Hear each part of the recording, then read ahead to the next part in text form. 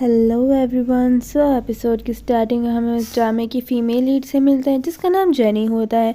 Jenny 29 years old की थी और उसने अपने हस्बैंड से डिवोर्स ले लिया था क्योंकि उसका हस्बैंड उसे चीट कर रहा था।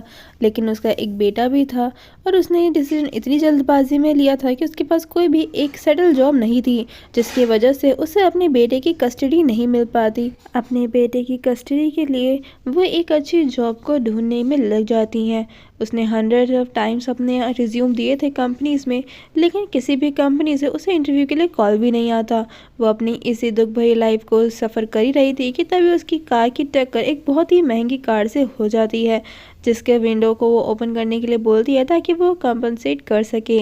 लेकिन वो लड़का उसे कंपनसेट करने से मना कर देता है। लेकिन जब जेनी ज़िद करती है तब वो उसे अपने असिस्टेंट का कार्ड दे देता है और जब जेनी उस कार्ड को देखती है तो वो बहुत ही बड़ी कंपनी का ऑनर था, जिसे देखकर जेनी बहुत ज़्यादा सरप्राइज हो जाती है। उसकी एक फ्रेंड थी जिसका नाम लिली था। लिली उसे बताती है कि ये कार तो मिलियंस की है, तुम तो इसके पैसे नहीं दे सकती, क्यों ना तुम जाकर इसके असिस्टेंट से मिलो सेटलमेंट करने के लिए। जेनी अपनी लाइफ से बहुत ज़्यादा परेशान थी और लिली इस बात को जानती थी, इसीलिए वो अपने फ्रेंड्स को जेनी का रिज्यूम सेंड कर देती है ताकि वो उसके लिए अच्छी जॉब सर्च कर सके। लेकिन यहाँ पर लिली के दोस्तों की बातों के थ्रू में पता चलता है कि लिली ने पहली बार नहीं था जब जेनी का रिज्यूम उसे सेंड किया था। वो इससे पहले भी कई और कंपनीज़ में जहाँ उसके लिंक थे वहाँ जेनी का रिज्यूम सेंड कर चुकी थी, लेकिन कहीं से भी उसे कभी भी कोई भी इंटरव्यू के लिए कॉल नहीं आया था। नेक्स्ट डे जेनी तैयार हो जाती है ताकि वो उस कार का कंपनसेट करने के लिए उस कंपनी में चलने के लिए।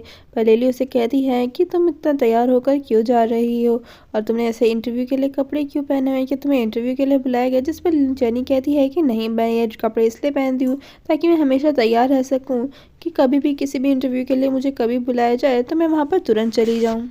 जेनी जब उस कंपनी में जाती है तब वो देखती है कि वहाँ के रिसेप्शनिस्ट ने भी इतने अच्छे कपड़े पहने हुए, उसकी इतनी अच्छी सैलरी, यानी कि कंपनी बहुत बड़ी कंपनी थी। वहीं हम इस ड्रामे के मेल लीड को देखते हैं जो अपने लिए एक बेबी सीटर ढूंढ रहा था और काफ़ी सारे लोग अब रिज्यूम लेकर आए थे। काफ़ी लोगों को बुलाया भी गया था इंटरव्यू के लिए, लेकिन कोई भी सिलेक्ट नहीं हो पाया था क्योंकि ये बेबी सीटर 24/7 उसके लिए रहनी चाहिए, जिसके लिए कोई भी तैयार नहीं हो रहा था। सभी लोग ये काम नहीं करना चाहते थे क्योंकि 24/7 बेबी सिटर बनने का मतलब ये है कि अपनी कोई भी पर्सनल लाइफ नहीं होगी। वहीं जेनी को तो जॉब की ज़रूरत थी, इसीलिए वो चली जाती है इस ड्रामे के मेल लीड जिसका नाम जिम है उसे अपना रिज्यूम देकर। जिम जब देखता है कि उसके पास कुछ भी ऐसे खास वो नहीं लग रही, यानी कि वो उसे कोई अट्रैक्टिव नहीं लगी थी, इसीलिए वो उसे पहले ही मना कर देता है। पर जेनी तो अपना रिज्यूम देकर खड़ी हो जाती है कि मैं भी इस जॉब के लिए अप्लाई करना चाहती हूँ, प्लीज़ आप देख लीजिए। जिम जब उसकी क्वालिफ़िकेशन देखता है तो बहुत ही बेसिक सी थी और वो उससे खड़े खड़े ही रिजेक्ट कर देता है कि मैं तुम्हें इस काम के लिए नहीं रख सकता क्योंकि तुम इसके लिए क्वालिफाइड नहीं हो। वहीं जेनी बोलती है कि मैं हर काम कर सकती हूँ, वैसे भी आपने किसी को भी अभी तक सिलेक्ट नहीं किया है, आप चाहो तो एक फ्री ट्रायल ले लो। लेकिन जिम तो इसके लिए भी मना कर देता है क्योंकि वो उसको बिल्कुल भी अपने बेबी सिटर या 24/7 अपने पर्सनल असिस्टेंट बना के नहीं रखना चाहता था। लेकिन तभी जेनी कहती है कि मेरी कार से आपकी कार की टक्कर हो गई थी, जिस वजह से काफ़ी नुकसान भी हुआ था, मेरे पास कोई जॉब नहीं है और मेरी डिवोर्स भी हुआ है, जिस वजह से मैं आपको कंपनसेट नहीं कर सकती। लेकिन अगर आप मुझे जॉब दे दे तो मैं आपका धीरे धीरे सब कुछ कर्ज उतार दूंगी। इनफैक्ट आपको ये पता भी चल जाएगा कि मैं कितनी सिंसियर हूँ।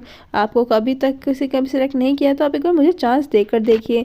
लेकिन जिम मना कर देता है, पर जेनी उसके पीछे ही पड़ जाती है, यानी वो जहाँ जहाँ जाता था वहाँ वो उसके लिए तैयार हो जाती थी। ये सब वजह से जिम काफ़ी ज़्यादा परेशान हो गया था। वो अपने असिस्टेंट को बुलाता है और कहता है कि इस लड़की यहाँ पर लेकर आओ। जब जेनी आती है तो उसे लगा था कि जिम उसका इंटरव्यू लेगा, लेकिन जिम उसे कहता है कि देखो मैं तुम्हें सिलेक्ट नहीं कर सकता क्योंकि तुम्हारी क्वालिफिकेशन अप टू मार्क नहीं है। जिस पर जेनी उसे कहती है कि लेकिन आप बिना टेस्ट के कैसे बोल सकते हैं, मैं तो आपको एक फ्री ट्रायल देने के लिए भी तैयार हूँ। आप 1 वीक मुझे रख कर देखिए, अगर आपको किसी भी तरह की कोई भी शिकायत हो तो आप मुझे निकाल दीजिएगा। लेकिन जिम उसको रखने के लिए बिल्कुल भी तैयार नहीं था, पर जेनी अड़ी हुई थी, जिस वजह से वो उसे पूरी कंपनी को क्लीन करने के लिए बोल देता है। ऐसा उसने इसलिए कहा था ताकि जेनी खुद ही इस जॉब को करने से मना कर दे, लेकिन उसके लिए वो हाँ कर देती है, जिस वजह से जिम और ज़्यादा परेशान हो जाता है क्योंकि जहाँ जहाँ वो जाती थी वहाँ पर जेनी आ जाती थी सफाई करने के लिए, चाहे वो वॉशरूम हो चाहे वो कोई भी गैलरी हो, जिस वजह से और भी ज़्यादा वो परेशान हो गया था। वो अपने इवन जो केबिन में जाता है तब उसकी विंडो को भी वो क्लीन करने में लगी हुई थी। वो कर्टेन उठाकर उसे देखता है, वो उसे यहाँ पर खड़ा होने की वजह पूछता है, जिस पर जेनी उसे बताती है कि मैंने पूरी कंपनी को क्लीन कर दिया है। जिस पर जिम उसे बताता है कि मैंने तो तुम्हें ये काम इसलिए दिया था ताकि तुम फ्रस्ट्रेट होकर छोड़ दो, लेकिन तुम तो इस काम को करने में लग गई। और जेनी उसे बताती है कि उसे इस काम की कितनी ज़्यादा ज़रूरत है, लेकिन तभी वहाँ पर जिम की स्टेप मदर आ जाती हैं, जिसे बिल्कुल भी जिम पसंद नहीं करता था। जिस तरीके से अपनी मदर से बात कर रहा था, जेनी समझ गई थी कि वो यहाँ से जाना चाहता है, वो अपनी मदर के साथ नहीं रहना चाहता।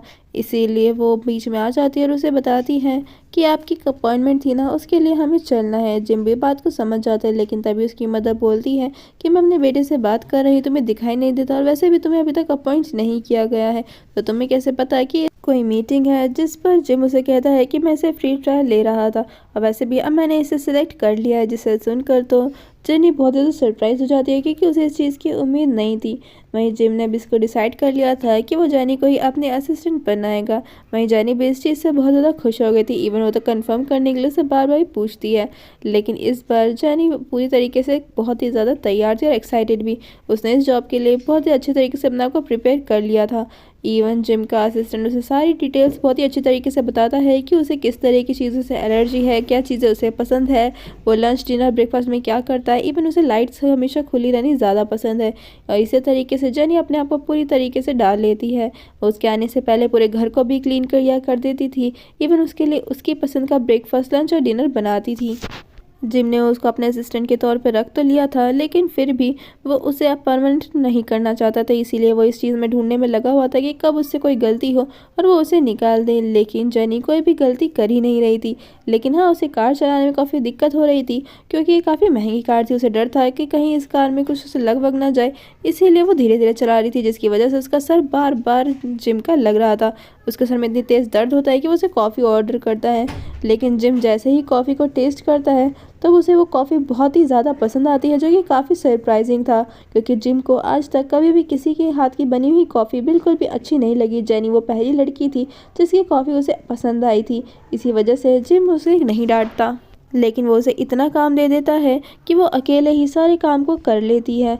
जिम इस बात से काफ़ी ज़्यादा सरप्राइज था, इवन उसके असिस्टेंट भी, क्योंकि उन्हें ऐसा लगा था कि जेनी इतना काम कर ही नहीं पाएगी, पर उसने सारा काम कर दिया था। जिम आकर अपने असिस्टेंट से कंफर्म करता है कि तुमने तो मुझसे कहा था कि ये फ्रेशर है, फिर इसने इतना सारा काम इतनी जल्दी कैसे कर लिया, वो भी बिना किसी गलती के। जिस पर उसका असिस्टेंट बताता है उसने अपने रिज्यूम में तो फ्रेशर ही लिखा था, वैसे भी क्या फ़र्क पड़ता है, आपको तो इतने अच्छे असिस्टेंट मिली गई है, वो तो सारा काम अच्छे से कर रही है, फिर क्या दिक्कत है। जिस पर जिम उसे बताता है कि हाँ, वो सारा काम तो कर रही है बिना किसी गलती के, पर वो बिल्कुल भी अट्रैक्टिव नहीं लगती। लेकिन इस पर असिस्टेंट उसे ज़्यादा ध्यान देने से मना कर देता है।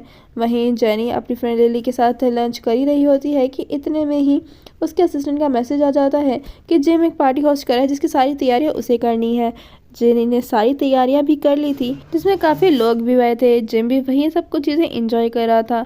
जिम का एक फ्रेंड माइकल आता है, जिसे पार्टी थोड़ी सी बोरिंग लग रही थी, क्योंकि यहाँ पर कोई भी एक सेक्सी वेट्रेस नहीं थी।